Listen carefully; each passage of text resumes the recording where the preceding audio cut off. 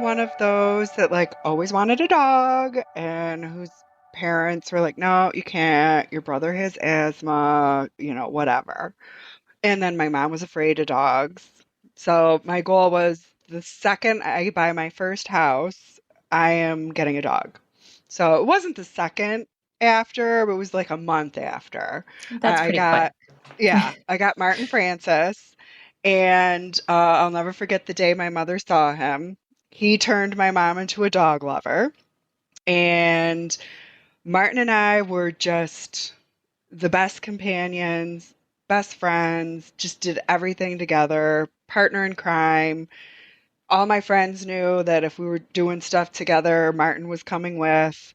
And around when he was like 9, and I was however old I was, in my 40s, early 40s, I hit a rough patch where, whatever unresolved trauma issues, whatever I had, came to a head for some reason during this one period. And it got pretty severe to the point where I did not want to live anymore. And I was trying to figure out a way to make that happen. And when I was thinking about it, I thought everybody was going to understand because they know like I'm a bother and I'm a burden and the world would be better without me. So I really thought I'd be doing everybody a favor. And when it came time for me to think about Martin, I knew Martin was not going to be able to understand. I knew everyone else was going to be able to figure it out and be like happy for me, but Martin was not going to be able to. And then I started to think, well, what if I like took him along with me? And then that got me really upset because it was like, he's so amazing. How could I take him away from the world? He's so happy. Like, what the hell? So thankfully, I had the presence of mind to call one of my friends who's also a nurse. And, we got myself some help and, got right back on track. Martin. So I say Martin definitely saved my life.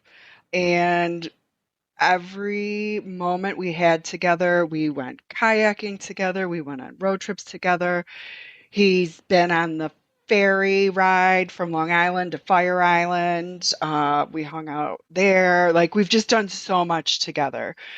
And through all of it, I never thought of him as like a therapy dog because I never wanted to or did burden him with issues. It was always, I have to be healthy for him so that he can have a good life.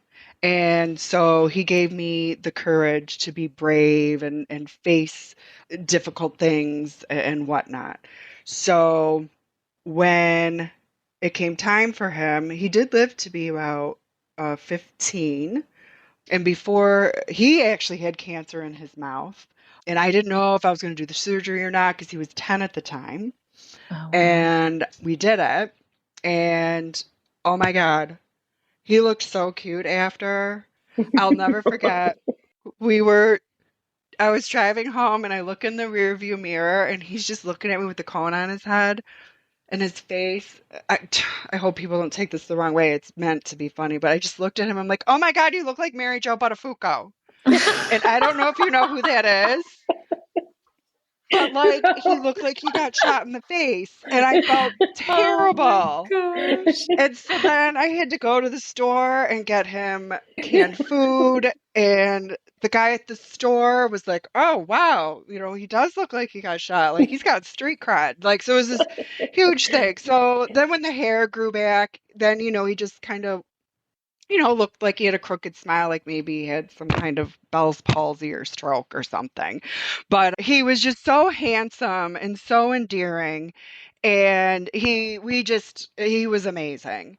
And friends of mine that were close to me and knew what was going on. So we're all on the same page. I had Yeah. to share the picture of Mary Jo So, Buttafuoco. and I Yeah. love that I talked to him like he was going to know what I was talking about too. Like I literally looked in the rearview mirror and he was looking at me like, what the hell are you talking about? Mhm. But so when he was starting to get older, I had friends worry that like they didn't understand that like I was not healed, but I was never going to be that again where I got to those low Yeah. moments, but they were all nervous that like if Martin weren't here, something would You wouldn't happen to have a me. reason to be here. Right. Yeah. So my one friend recommended that I get a cat. And I was like, I'm afraid of cats. What are you talking about? And she said, you say you're a dog person, but really you're an animal person. So I started to look at the shelter website. And as I'm going through, I'm like, no, look at these cats. They look psycho. Like, of course I don't like cats. Like, that one looks like it's going to kill me in my sleep.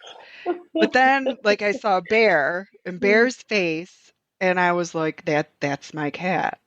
And I went Oh, down to meet him the next day, and it's all in the eyes. Yeah. It really is. Any animal I've ever had in my house, I can tell by looking in their eyes that they're going to fit with my crew.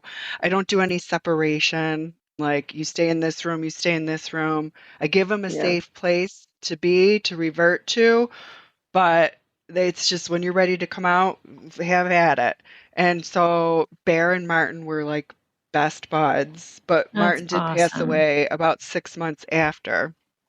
And that's when I was like, I was sad he wasn't going to be around anymore, but we had that relationship and that trust and love that even though I missed him, I was like, okay, well, now it's time to like help take care of other animals. And I obviously am helping take care of people with my job as a nurse, but it was my focus to honor Martin to help as many animals as I could. That's amazing. So Bear was a freaking mess. Like Bear, when I first got him, he slept by my head every day. But the night How old was he? Bear was about, he was a rescue, so they had him around 1 when I got him. Okay. And he's all black. Martin was all black. I like the black animals. The black sheep. Um, Mhm. yep, yep. And that night he fell asleep by me, the night Martin died. And then when I woke up the next day, he was curled up on Martin's bed. And that was like the first time he ever Oh, left me, like, from sleeping. wow. So he and I were walking around like miserable for like 2 weeks. And I thought, well, I still can't do another dog, but let me go look. And there was Harvey Dent, my one-eyed cat. And like, I was like, I don't want another animal, but like Bear's miserable. I'm miserable. Like, we got to do something. Yeah. Harvey was that catalyst. And then Harvey and Bear got along great. It was so fun. And then my friend that following January sent me a picture of Dylan, who was my next dog, who he was one of those from Texas that had heartworm, and the the treatment almost killed him. But he was the dog I needed after Martin. He by no means replaced Martin. Yeah. Dylan was his own person or own dog too. He had his own personality, his easygoing demeanor. He was so quiet and strong and sensitive. And I had him for 4 years before he passed away because he was a senior when I got him. Oh. Why was he like the dog that you needed? Is it because his personality was His so personality was so chill. Mhm. And it's weird. I'm like super chill, but then I can be total spaz at the same time. But I prefer that chill. Was it harder for you in such that's a short span of time in my eyes. 4 years is a short span of time It was very from short. losing, your first like long-term your pet. You're like Martin was your Yeah. dog, right? And Yeah. then obviously you have the cats, but it's dogs and cats are different and They're so your different. relationship with them is going to be different. 4 years is not that long. It was not. And there was actually one in between too. That one is the real trauma one. That Mm, that one was very unsettling. But so Dylan, we had been doing, symptom management, pain control. The vet and all the staff loved him. He had his acupuncture every 3 weeks, Oh, and the day he died, it was very sweet. That one was a little unexpected too, but we did it at the office, and the vet said, the staff wants to know, after you leave, can they come in and say goodbye to him? And oh, so they bless. had like a little funeral for him after I left, like a little wake. So How that was very, sweet. very sweet. So he was a very special dog. But during COVID, so I got Dylan in January of 19, and during COVID, like 21, 22, 21. It's all a blur to us. Whatever. Right. I don't know. It happened, I guess. That's what they say. Mm-hmm. Yeah. Um, so Daphne Louise was also a rescue.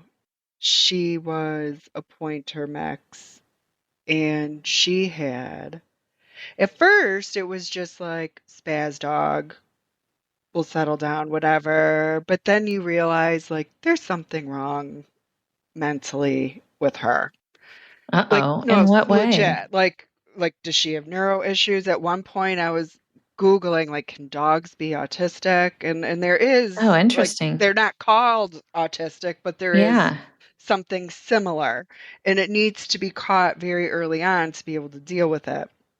And she was just miserable. And the only thing that would remotely calm her down, it didn't matter how much exercise you gave her. The more exercise you gave her, the more exercise she needed because she was so in shape because you just try to run Oh, everything out of her, but she can just keep going, going, going. Mm. So more the mental stuff. And, you couldn't leave her alone at all. She would destroy anything and everything, and any noise, you'd want to do nice things with her, take her like up to the little league field and watch the Mm-hmm. kids play, but every time the ball hit the bat, she just would lose her mind. That oh, ping would send her So she through. was So sensitive to super everything. sensitive to everything, and so she was Mm-hmm.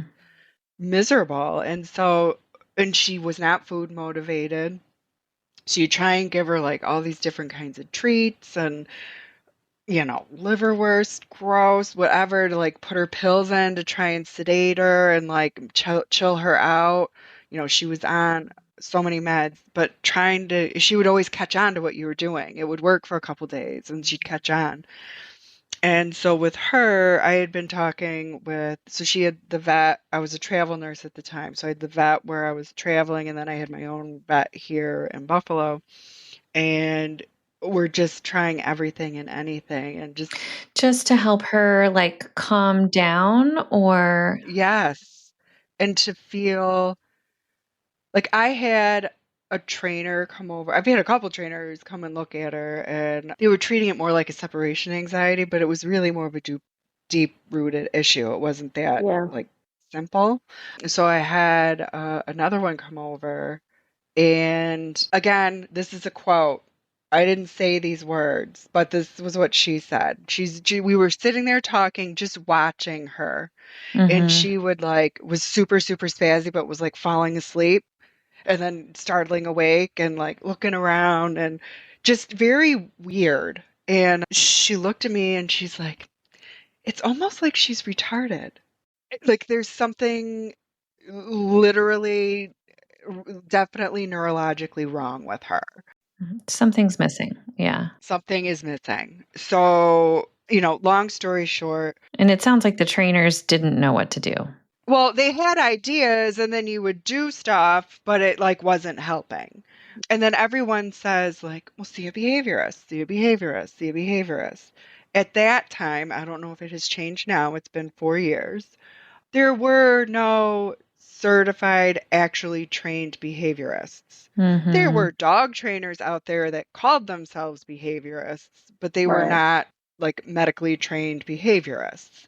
And the closest one was like in Massachusetts or something great. Well, there was one like downstate, like Massachusetts, and then somewhere like in Pennsylvania, but like there was not one Yeah. in New York State. I was going to say they're probably really hard to find and expensive, I would assume. Right. But I had talked to somebody who's at that time there was a doctor or a resident at Cornell who was specializing in behavior and was going to be taking the boards like that summer. Oh, So there could be one now, assuming she stayed around New York. I don't know. Mm-hmm. But long story short, and I could go on and on for examples and whatnot, but the one day it was just taking a toll on the whole house. All the animals could feel the tension. I was not, I was just hysterical all the time because she was so uncomfortable. And the one day I went to, and we had been talking about it briefly with the vet potentially doing like a behavioral euthanasia. yeah. Mm-hmm. And the one day I went to give her meds, and there was just something in her face that looked at me and was like, I could hear her saying, "Why are you doing this to me?" Just the look in her face. Oh, And I felt terrible. And I was like, that's it. Like, we don't have to do this anymore. You don't have to take your meds. Like, we're going Mm. to make this stop. And I called the vet and, you know, we agreed to go ahead and do it. And that was without a doubt the hardest one because she didn't understand. And I had one friend, well, I had some friends that really understood and some that don't speak to me to this day, which is fine. They just didn't For the understand the decision that you situation. made. Right. yeah. You know, it's not like I go around murdering dogs. But anyway, that one, it was just so hard because no matter what you tried to do, nothing was helping. Mm-hmm. Yeah. And somehow, when it's a physical ailment, it's easier to swallow Mm-hmm. for some reason. Well, because you can get a diagnosis, right? Right? Yeah. Yeah. Well, and so a doctor, a vet can look at it and say, you know, their leg is Right. diseased and is going Right. to have to come off and it's going to start eating away at their body. But if there's something going on in their brain and you're not doing all these scans and there's no evidence, like hard evidence, Right. yeah, It's it's hard. hard for you. It's hard for you to, I'm sure it took you a long time to convince yourself that like this is something that I can't fix, It even though I've it tried was and tried yeah. again. Well, and thankfully I did have good support. My one friend, it was the night before it was going to happen. I called Mhm. her and I was like, I hope Daphne understands how much I love her. Yeah. Mm. And Ronnie said she can't understand, but after tomorrow she'll understand. And that like blew me away. Like she really, really got it. She got that the dog was suffering. Yes. And most of my closest friends did see that. And then a couple of women at the shelter who I consider mentors, I reached out to them with what I was going through because people have strong opinions, even though they're not in, even though they have nothing to do with it and don't know anything Yeah. about it, they've got their opinions. So I kept it kind of quiet. And just because I didn't want to have to explain it. You know, Yeah. now you can ask me about it and I'll tell you to go fly a kite. I just don't care. Well, You and you've know, had, how long has it been since then?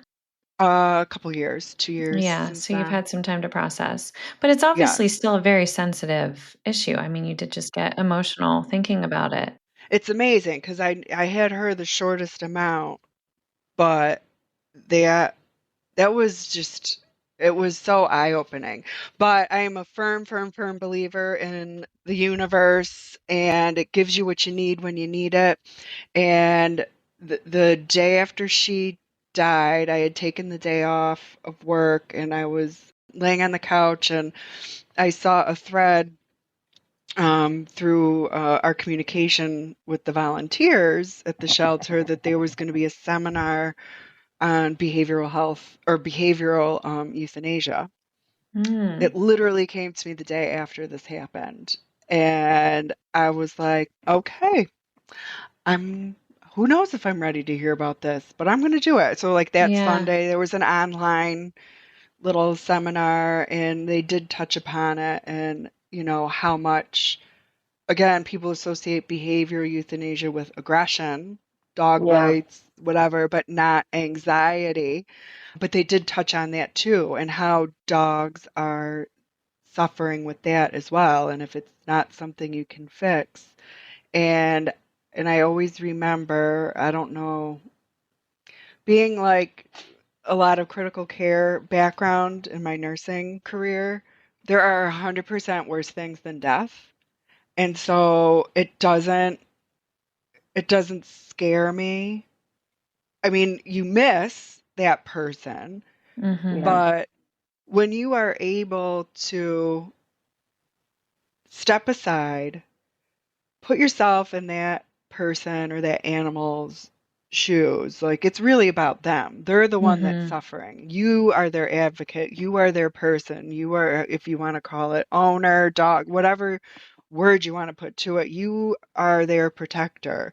And you have to do what is best for them, whether it is to ease the suffering, stop the suffering, work on whatever issue there is. And same thing with people. The I'm not ready to let go yet. Well, it doesn't matter if you're ready or not. They're going to die. And so you got to be Yeah. ready, and you have to Mhm. let them know that's not fair to put that burden on someone who's dying to have to worry about you too because you're going to be sad after they die. Oh yeah. So it's really hard, but so seeing that, you know, uh, I literally I got into it with the doctor once about a patient that didn't wanted to go comfort care, and Mm. Yeah. he wasn't understanding why they wanted comfort care and not like balls to the wall, and the person was Mhm. literally like actively dying. So like I said to him, I was like, in that position he would have kept his family member going. And I just remember saying to him, I said, I hope no one loves me, or I hope no one ever loves me like you love that person. You know what I'm Yeah. trying to Well, say? it was more selfish. It's usually more Right. Like, selfish in because that that's instance. You right. love the way that Right. person being in your life makes you feel, not how Yeah. it makes them feel. Yeah. Right. But I wonder, I feel like Shannon, you have a different perspective on this because you contemplated taking your own life Hmm. and you were suffering through, your darkest time. And I Hmm. feel, and the reason I'm saying this is because my dog was a very anxious dog. Like when I first adopted her as a puppy, there were times where I had to like put her in the bathroom with the light off and close the door to get her to calm down because Hmm. she was manic. Hmm. There was, I mean, there's so many stories, and I put her through multiple different trainers and I ended up doing a board and train with off leash canine, which kind of changed our lives and really Oh, helped good. for the rest of her life. But I never admittedly like tried to put myself in her shoes and understood, and I knew she was anxious and like experience, and I knew some of it was from when she was a small puppy and what she had experienced Hmm. before I adopted her, but I was not capable of kind of like understanding her position and how she felt and like what she was experiencing that was Hmm. causing her to behave that way. And it feels to me like maybe you were able to be more empathetic for your dog, Daphne, and understand some of her pain because of what you had experienced. I never thought of it that way. Yeah. I don't know how much behavioral euthanasia is out there. I'm sure it's quite a bit and it's just not talked about a lot. But, the fact that you put so much time and effort into it and like had it in you to look at your dog in the eyes and be like, I can tell that you're just suffering and I'm tired of putting you through this. Like, that's a totally different way to consider something. And I'm not sure everyone would be able to do that. Like I said, I never considered that just because I never saw it that way. And maybe you have a different perspective. Right.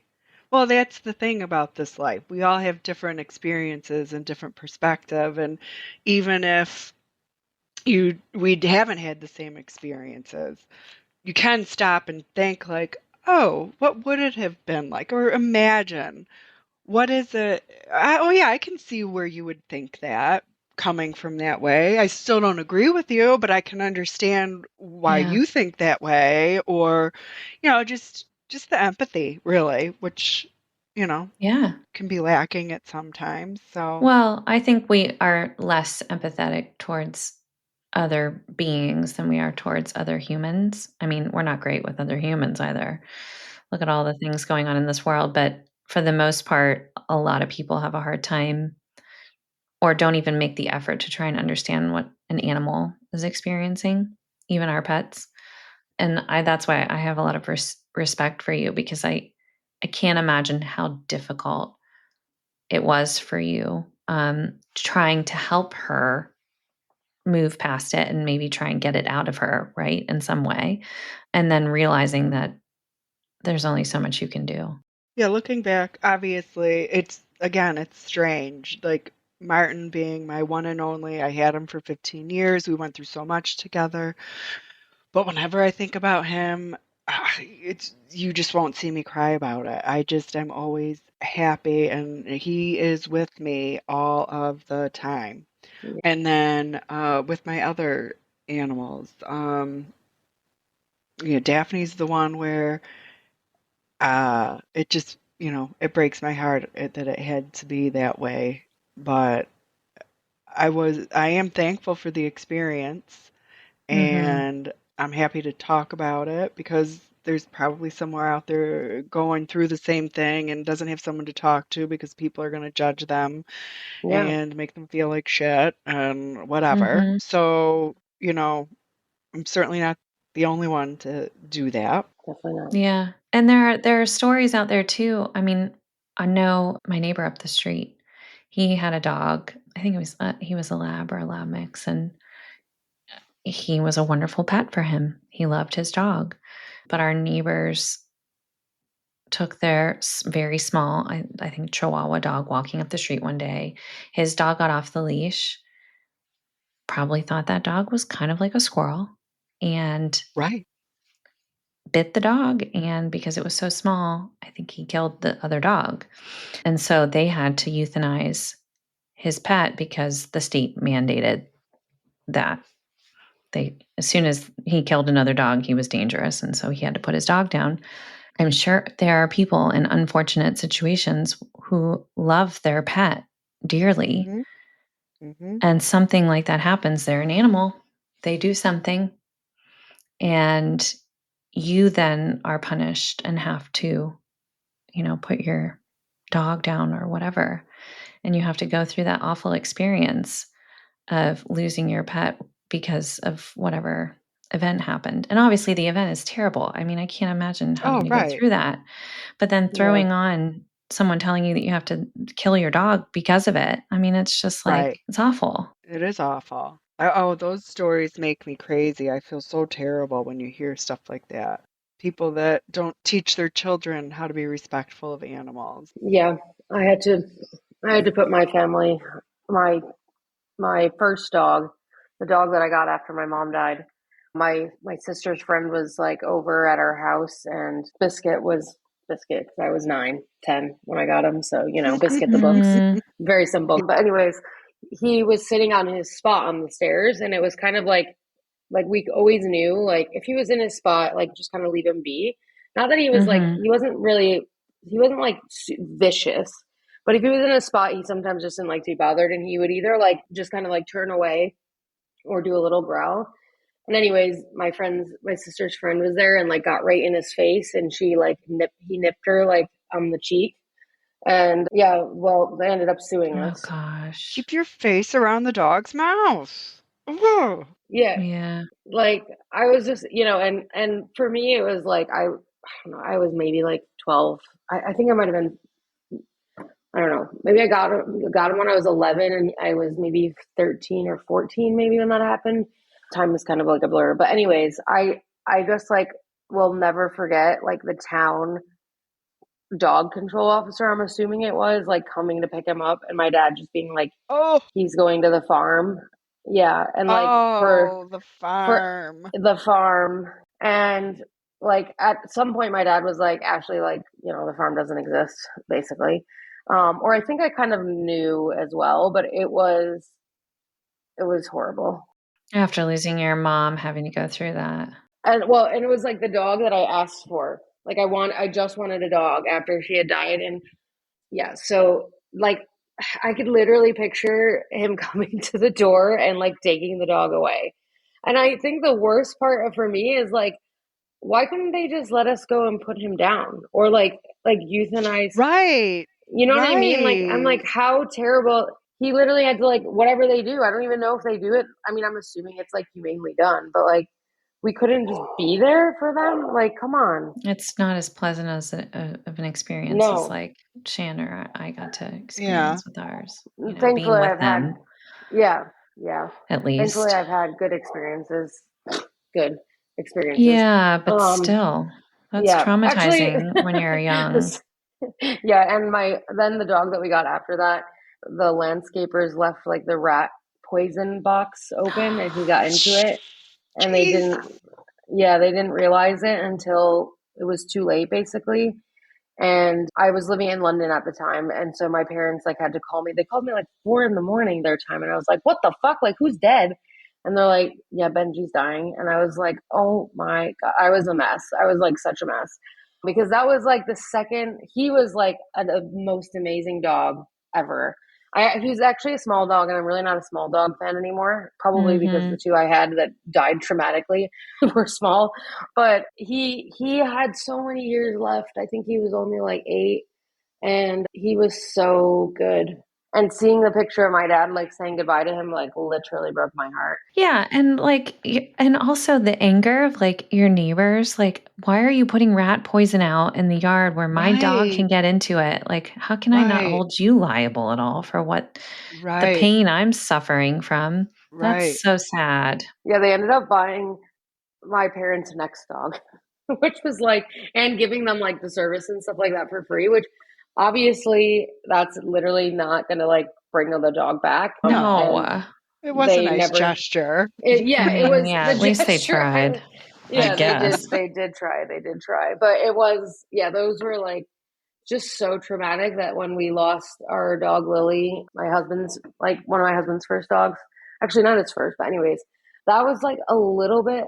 She ended up having a seizure like the morning that she passed, but it was she got bit by a dog and then she was like kind of just declined from there. She was like 13, shy of 14 years old, but that was like the first time that it was actually like not traumatic. And like to your point, Shannon, it seems like it'd be similar to like Martin, where like she just knew, like she was, you just knew she was ready. You know, she Yeah. was like, she was so in pain. Then her last day on earth, she's just spent laying under the Christmas tree in her little Christmas sweater. Mm, And I think, like, we were crying like babies, but, she just had a beautiful last day on earth and it was her time. mhm.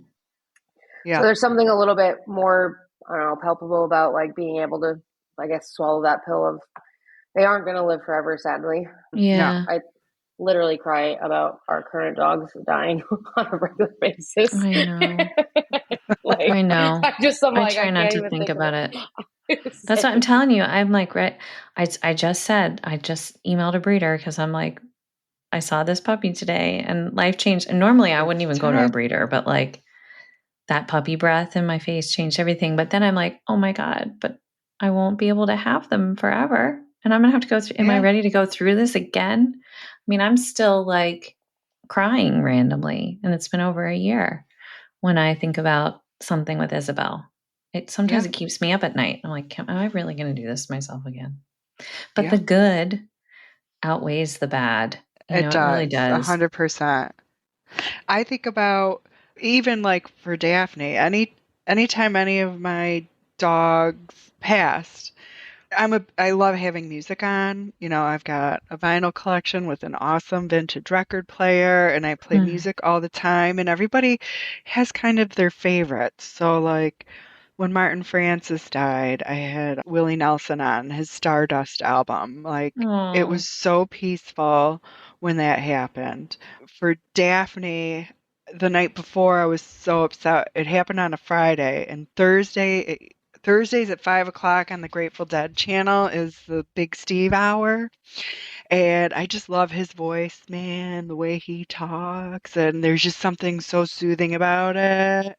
And we just listen. He just talks about his experiences with the dead and traveling with the dead and so all the animals, we all laid on Daphne's couch and we just had a wonderful evening listening to that and it was so soothing and it was just awesome. And then the next day when it happened, I played Ripple for her. And, you know, and so now when I hear these songs, it's just, I just, music, it's the soundtrack to your life. And I just love listening to music and equating music with events that have happened. And music made those moments that were devastating actually beautiful. And so I love, love, love, love. And I love playing music for all my fosters and figure out That's what so they like. nice. Oh, it's That's so so fun. nice. It is amazing what music can do. I actually watched a video recently of this guy who plays guitar for animals, like out on farms, and just to all different kinds of animals, but the animals that you wouldn't imagine coming up to him, like these massive hogs coming up to his guitar and being like, "What is this amazing sound?" Yeah, Or he goes to man. some zoo and this giraffe walks up to him. I'll have to send you all the video. Yeah. This giraffe Yeah. gets up, like, literally in his face to see the guitar because it loves the music so much. I really think it's quite a way to bond with animals, especially if you're able to find I know they say, like, certain music, especially reggae, is really relaxing for dogs. So I've heard that, if they have separation anxiety, putting reggae on your speaker, your TV before you leave the house can help them kind of like regulate a little bit. But it's nice to find the music that they love because, Yeah. they're so like us in that way. It can Yeah. change your mood. It can. And classical music can be too emotional. Hmm. And so Martin used to cry like crazy. I was leaving it on for him. My mom lived upstairs. I was downstairs. And Yeah. she's like, "Well, you were gone. Martin cried like the whole time. Did you leave the music on?" Then we figured it out that it was the actual music that was emotional for him. And then when I changed the music, he didn't cry when I was gone. That's amazing. Yeah. It is emotion evoking. My husband and I were listening to the classical station last night on our way home from wherever we were coming from. And it's like canon in D minor, I think, is one of the Yeah. Yeah. songs that That's a you good always one. hear at weddings. Yep. Yep. But there's been research on how that song, I'm sure, like some others, is particularly relaxing and how it Uh-huh. actually like brings your blood pressure down. So, all different kinds of music for Yeah. whatever kind of Yep. mood you're looking for. Yep. Um, so do you still have the 2 cats? Who do you have in house with you now? Oh, so then there is a third cat, Jerry Garcia. Hmm. I love the full names that you give your pet. Yes. Yeah. Bear Bartholomew, Jerry Garcia. So Jerry, I got him as a kitten in June of 20. No, of 19. He's going to be, what year is this? 25. He's going to 25. be 6 this year? What? I know. I The thought he was going to be 5. the years of COVID just total blur of our lives, and how did we get to 25? Yeah. Yeah. So So yeah, so you're Jerry officially a Garcia. cat person. I am. Yeah, now I'm like obsessed. And then, I see little videos of like crying kittens and their little mews and when they're hungry and I want another, but I can't. Three's too much, but they're all best friends. They all get along. You don't wanna be a crazy old cat lady? What do you mean, Shannon? I mean, I We do, are we but are already, one way or another. yes, yes. So, yeah. Well, really quick after Martin died, and I decided, that I wanted to help animals moving forward. I thought, dreaming big, I'm going to have a sanctuary, and I'm going to call it Martin's Place, and I'm going to specialize in people who are dying that have pets that they have to rehome before they die to give them peace of mind, that their animal's going to be safe. And then I came up with the slogan, driving it made you made me think of it, Ashley, with the farm. It's Martin's Place, where you can take your animal to the farm without really going to the farm. I really think you should start this. You need to do this. We are supportive. Let's get it Yeah, going. But that's so necessary. I mean, how many yeah, dogs do end up in the shelter because their owners are too old or sick and dying and yeah. can't take care of their And pet? it's such a stress on the person. So many people, like, I have nothing wrong with me. I'm not sick. Whenever I get on a plane, I call everybody. Remember, if the plane goes down, who's taking this? You're taking this one. You get this one. Everybody needs to be okay. So everyone knows what they're responsible for. But I'm like a freak about it. So I can't imagine not planning for things and then finding out you have a terminal illness and you're worried about your comfort and health and trying to come to grips with your own mortality while also trying to know that your animal's going to be okay after you go. Mhm. That's such a burden on someone's. Oh my God.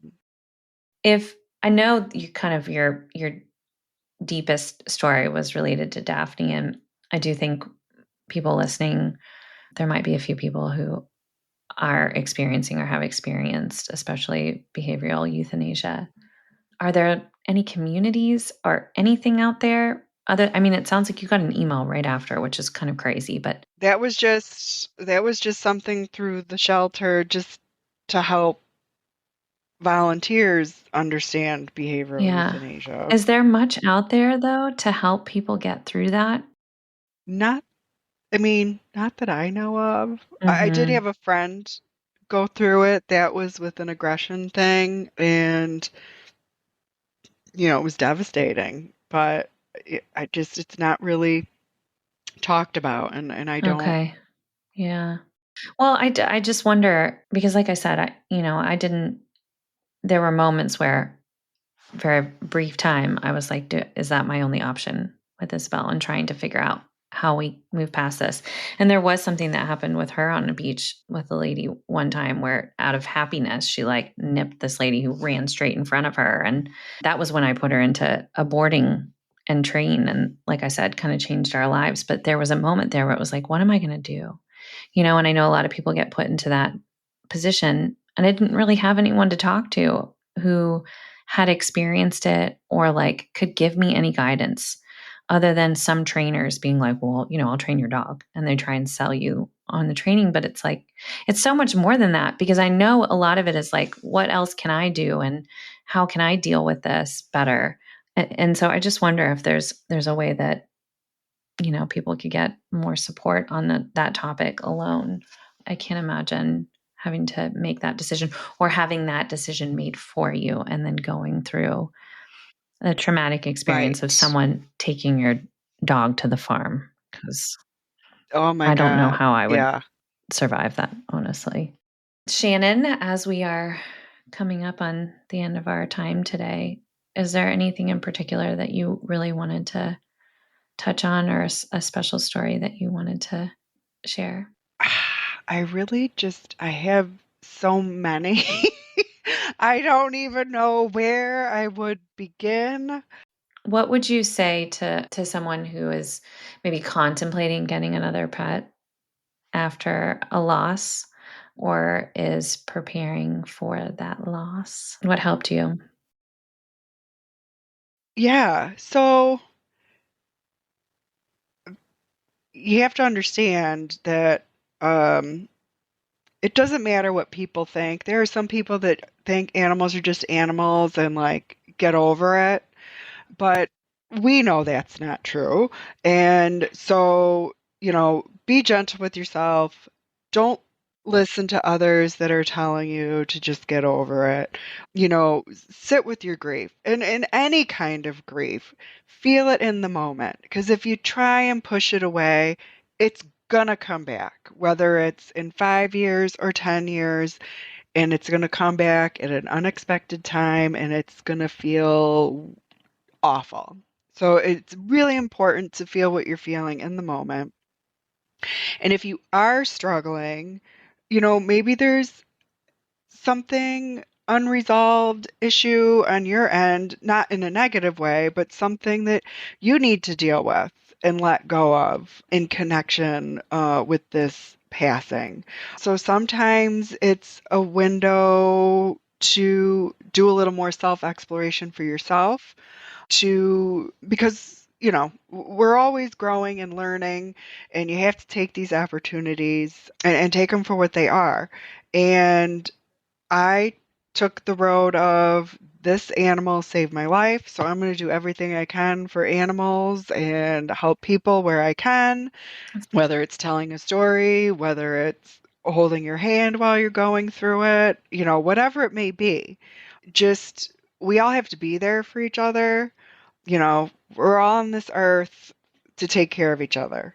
And so, and when people are unable to do that, don't be angry with them. You don't have to, interact with them, but don't be angry with them. For some reason, they don't have the capacity to care like you may. And you don't know what Right. they've gone through. So just chalk it up to, well, all right, I'll just keep moving along. But yeah, we just all have to And be there walk for each each other other, home. and try and understand where Yeah. someone's coming I from. love that. That's really nice, Shannon. I really appreciate what you do. Fostering dogs, helping in the shelter. It is, I think, the best people in the world are the ones that are helping others and don't take anything back from them. And you're a nurse, and that's another amazing. So you're a wonderful person, and I, for one, am glad that Martin saved your life and that you continue to save Thank you. You more too. lives afterwards. Sorry, I'm getting emotional. But Oh, I thank really you. do appreciate what you do. And I know you've had some tough moments. So thank you for sharing those with us. Thank you for having me. Thank you for listening to this episode of The Day After. You can find this podcast and more at our website at www.thedayafter.com. If you enjoyed this episode, we'd really appreciate it if you take a moment to leave us a review wherever you listen to your podcast.